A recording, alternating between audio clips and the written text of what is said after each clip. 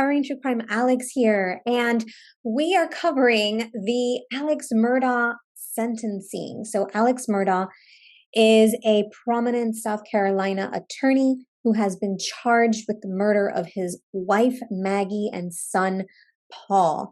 And there were about 5 to 6 weeks of trial in South Carolina. They just deliberated yesterday. They found him guilty of the 2 charges of murder and 2 charges of using a firearm in a violent act. I can't remember the exact verbiage on that.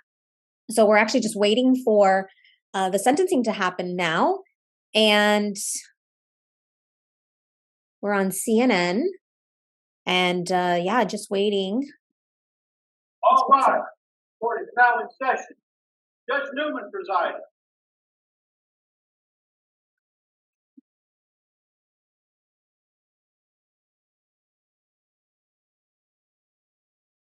Be seated.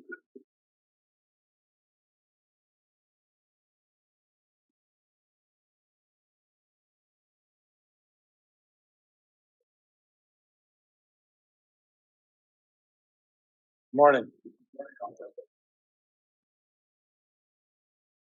Parties ready to proceed?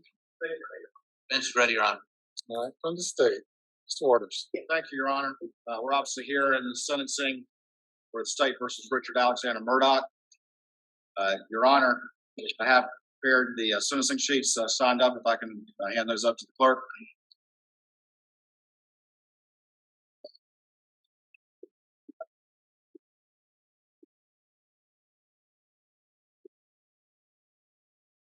Your Honor, very quickly, the defendant has no prior record, and the state has no victim impact people who want to speak at this time. But I will address the court briefly.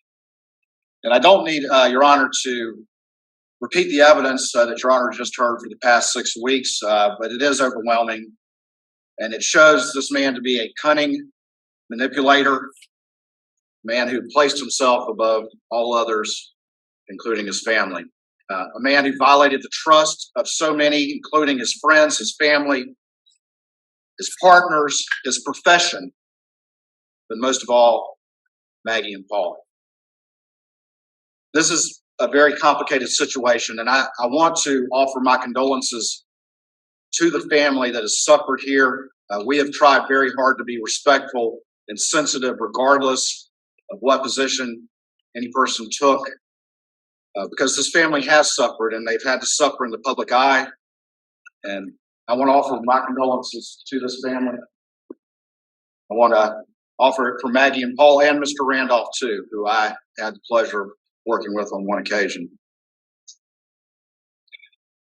But the reality remains is that despite all this attention, this case is about Maggie Murdaugh and Paul Murdaugh, and I'm so thankful that the jurors gave them a voice. You heard about Paul. Obviously, there was the boat case, but you also heard him described as a fun-loving young man, a person who loved life, a person who would do anything for his friends, for anyone. And he's cut down as he was just starting to live his life. You heard about Maggie. You heard how sweet she was. You heard that she was a girl's girl who adapted to the outdoorsman life of her sons, how much she loved her sister and her brother-in-law and their children. And she was cut down in the prime of her life. Both of them, like everyone else, was unaware of who he really was. No one who thought they knew this man, no one who thought they were close to this man knew who he really was. And Your Honor, that's chilling. And I've looked in his eyes, and he liked to stare me down as he would walk by me during this trial. And I could see the real Alex Murdaugh when he looked at me. The depravity, the callousness, the selfishness of these crimes are stunning. The lack of remorse and the effortless way in which he lies, including here sitting right over there in this witness stand. Your Honor, a man like that, a man like this man, should never be allowed to be among free, law-abiding citizens again. I would submit to you that the only just sentence here to give justice for Maggie and Paul is the maximum, and that would be 2 consecutive life sentences. Thank you, Your Honor.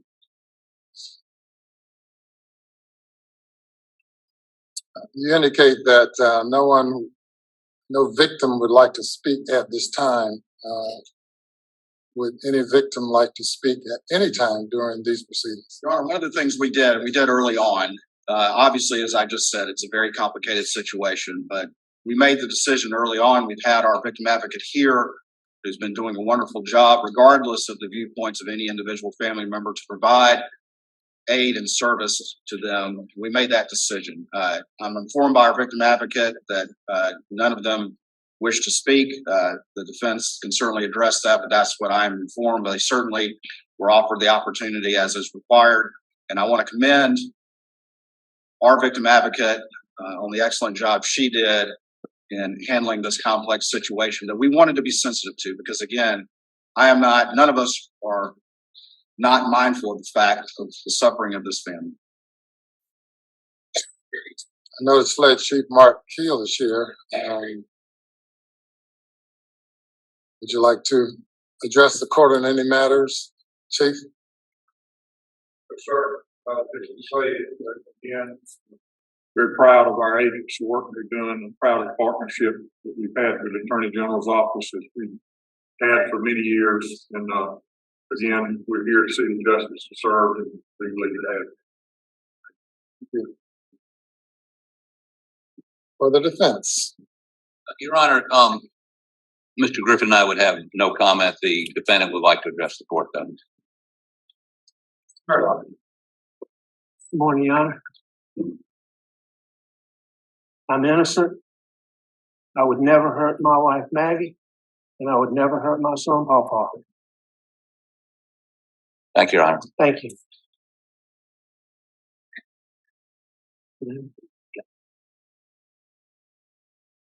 Anything further? I don't think further comment is necessary. Thank you. Murdaugh, you'll come to the court for sentencing.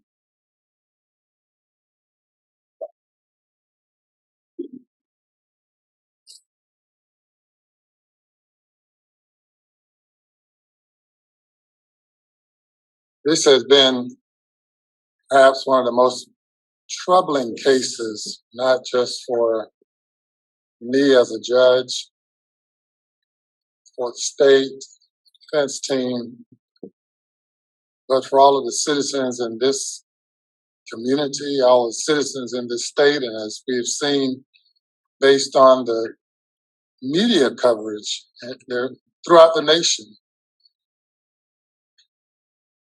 have a wife who's been killed, murdered, a son savagely murdered,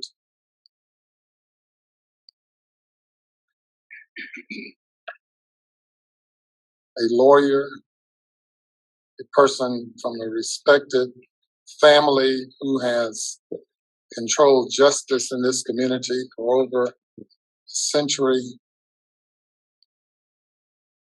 a person whose grandfather's portrait hang at the back of the courthouse that I had to have ordered removed in order to ensure that a fair trial was had by both the state and the defense. And I've sat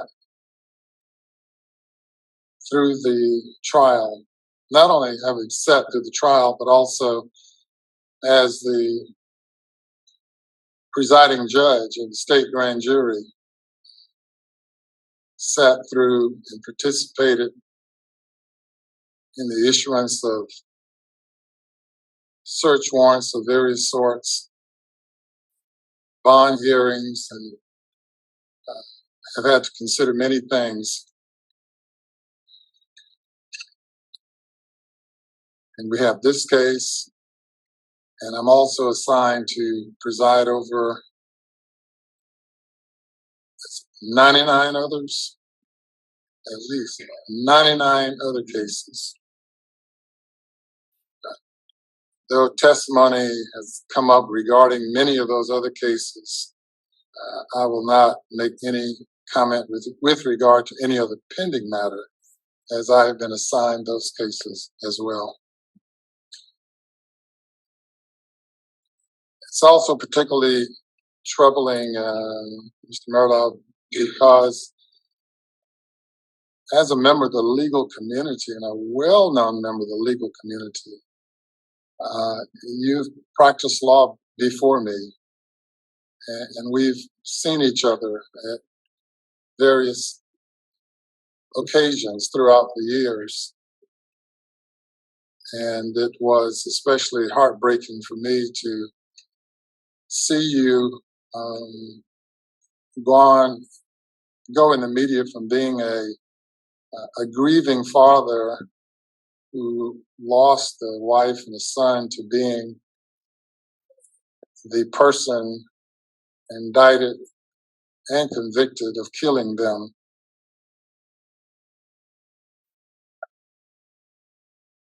And you've engaged in such duplicitous conduct here in the courtroom,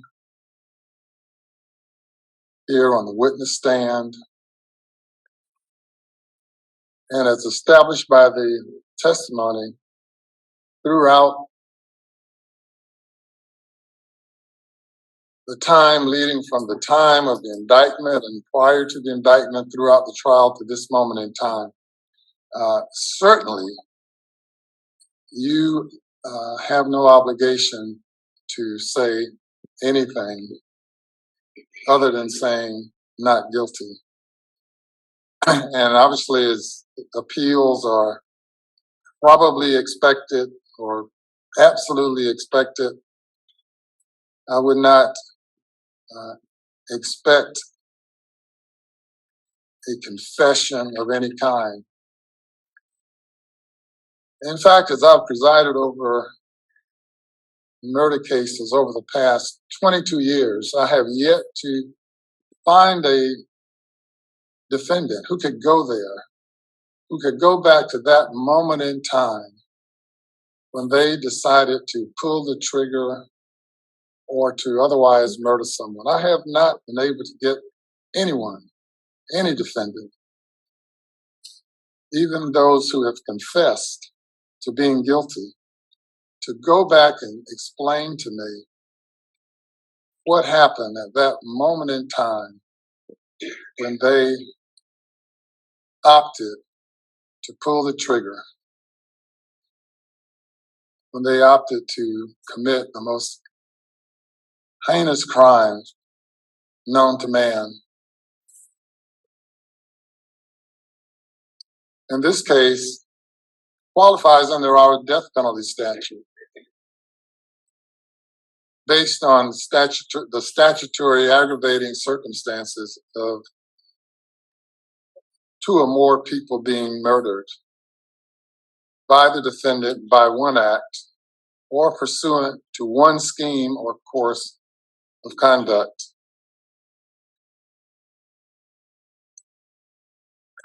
I don't question at all the decision of the state not to pursue the death penalty. But as I sit here in this courtroom and look around the many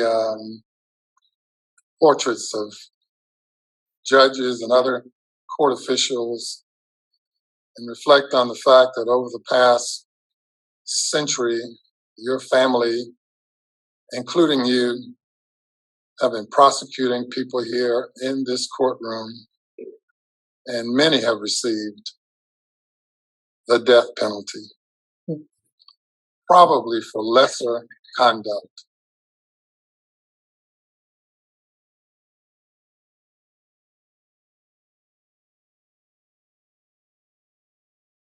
Remind me of the expression you gave on the witness stand. Was it tangled? Tangled up, we weave. Oh, what tangle web we weave. What did you mean by that? Meant when I lied, I continue to lie. And the question is, when will it end? When will it end? And it's ended already for the jury because they've concluded that you continued to lie and lied throughout your testimony. And perhaps with all the throng of people here, they, for the most part, all believe, or 80, 90%, 99% believe that you continue to lie now when your statement of denial to the court. Perhaps you believe that it does not matter, that there's nothing that can mitigate a sentence given the crimes that were committed. You know, a notice of alibi was filed in this case by counsel in November, and we conducted a hearing, pretrial hearing, in which you claimed to have been someplace else at the time the crime was committed.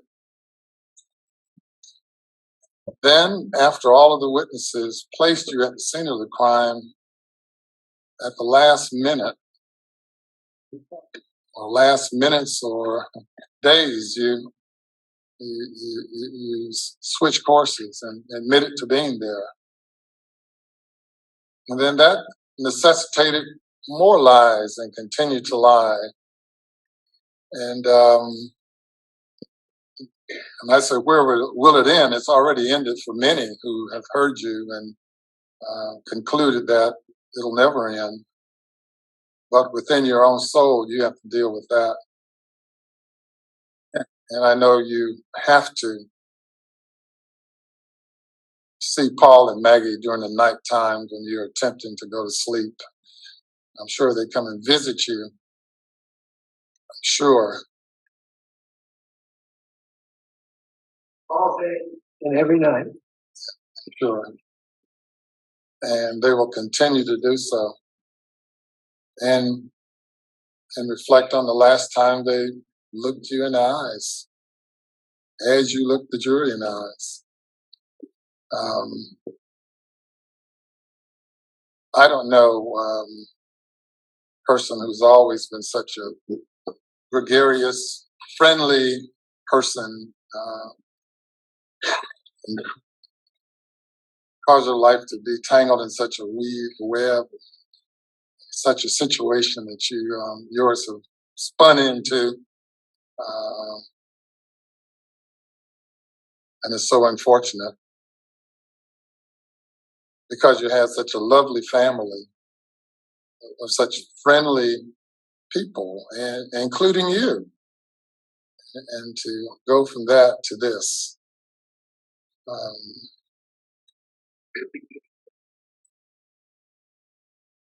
You know, your license to practice law has been stripped away from you, turned from lawyer to witness, and now have an opportunity to make your final appeal as an ex-lawyer. And it's almost, it's really surprising that you're waiving this right at this time. And if you opt to do so, it's on you. You're not compelled to say anything, but you have the opportunity to do so. And I tell you again, I respect this court, but I'm innocent. I would never, under any circumstances, hurt my wife, Maggie, and I would never, under any circumstances, hurt my son, Paw Paw. Well, and it might not have been you. It might have been the monster you become when you take 15, 20, 30, 40, 50, 60 opioid pills. Maybe you become another person. I've seen that before.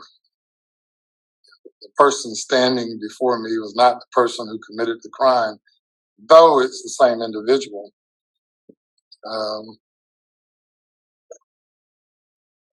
We'll leave that at that.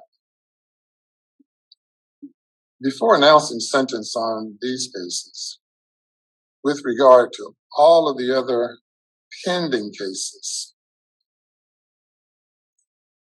are any of them here in Colleton, or I'm sure some of them are? Half of them, or? I don't have that in front of me, but there are a substantial number of charges here. There's some in Hampton, Orangeburg, Beaufort, Allendale. There may be others that I'm not thinking of right now. We might have worn out our welcome here in Colleton. Great.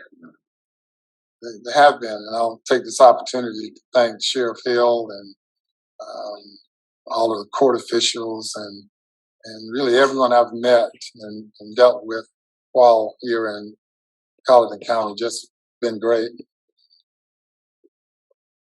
But without any delay, we're going to schedule some of the other matters.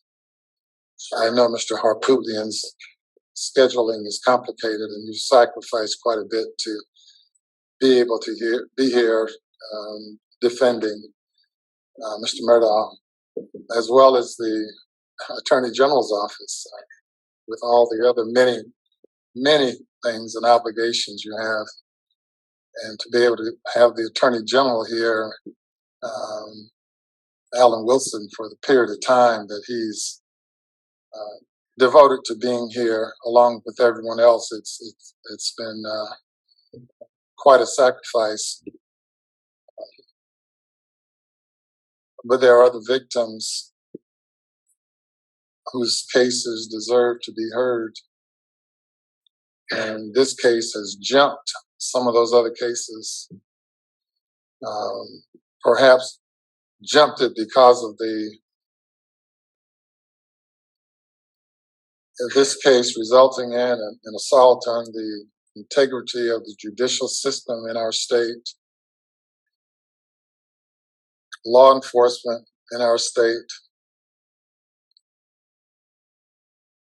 Even during this trial, the law enforcement have been maligned for the past 5 or 6 weeks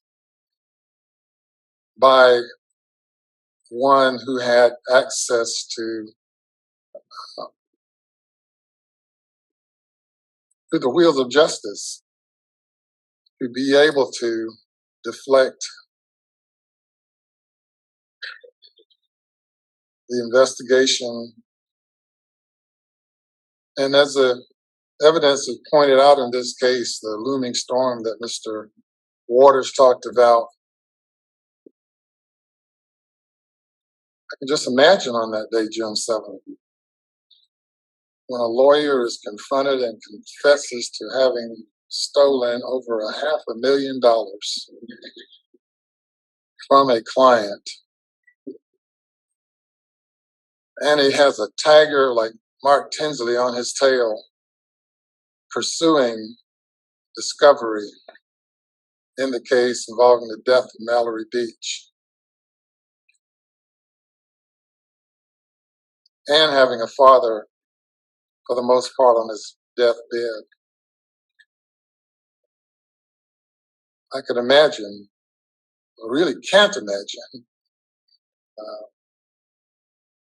but I know it had to have been quite a bit going through your mind on that day. But amazingly, to have you come and testify that it was just another ordinary day, that my wife and son and I were out just enjoying life. Not credible, not believable.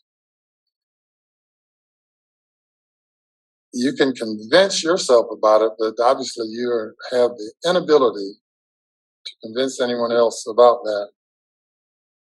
So if you made any such arguments as a lawyer, you would lose every case of that, like that. Cases you will never have an opportunity to argue anymore, except perhaps your own as you sit in the Department of Corrections.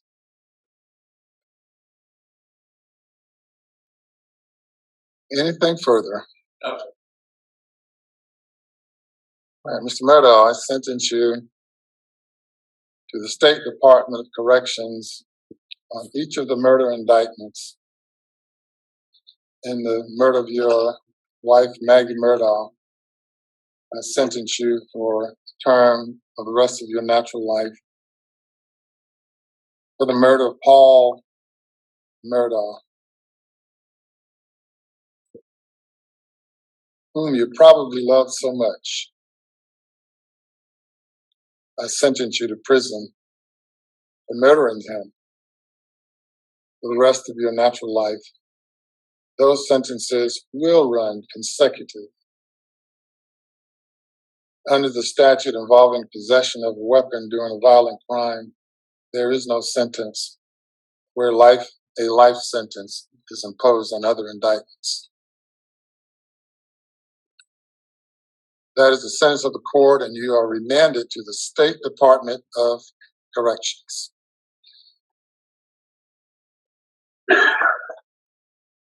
And officers may carry forth on the imposition.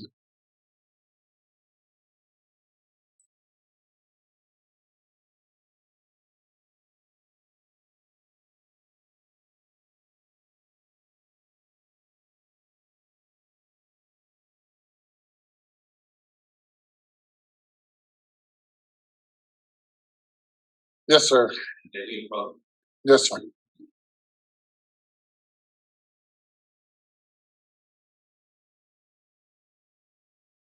Well, there you have it. My goodness. So a few things. First of all, Murdaugh has been sentenced to life, and he has 2 consecutive life sentences for murdering his wife and murdering son, Paul.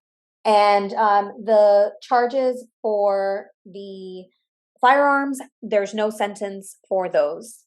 And one thing that he said, I thought that was very interesting. So there were no victim impact statements, which is very interesting that nobody came forward to do victim impact statement.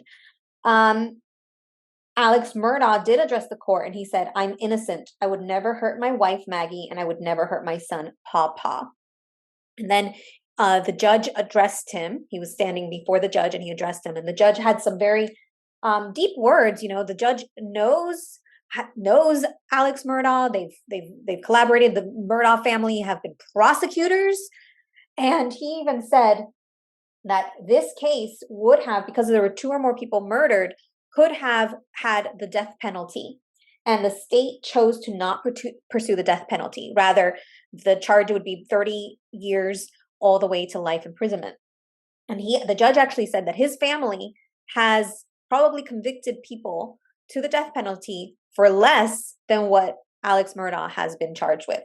So he thought that was very, very interesting. He also said that he removed a portrait of Alex Murdaugh's, I believe it was grandfather, from the back of the court so that there wouldn't be any bias either way, so that he would have a fair trial either way. And the judge actually asked him to speak on, there was a statement, he said, "Oh, what tangled web we weave."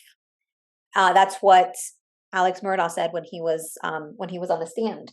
And the judge asked him to expand on that, and he said, Alex said that it's because it's hard to stop lying. Once you start lying, it's a web of lies that he had to continue. He also referred to his son as Paw Paw. And he maintained again, he said that again, that he was innocent.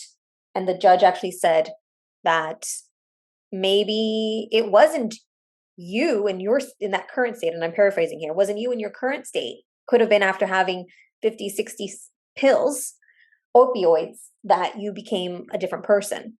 And that he's seen that before, where somebody is not the same mind, not the same person as far as the mind, but it's the same individual. So I thought that was very interesting. What do you think? Let me know your thoughts in the comments. And if you appreciate this style of covering true crime, being more empathetic and compassionate toward the victims, I'd appreciate if you subscribe to my channel. Stay safe, stay thriving, and have an empowering week. Bye for now. Don't forget to like, subscribe, and hit the bell button for notifications. Thank you.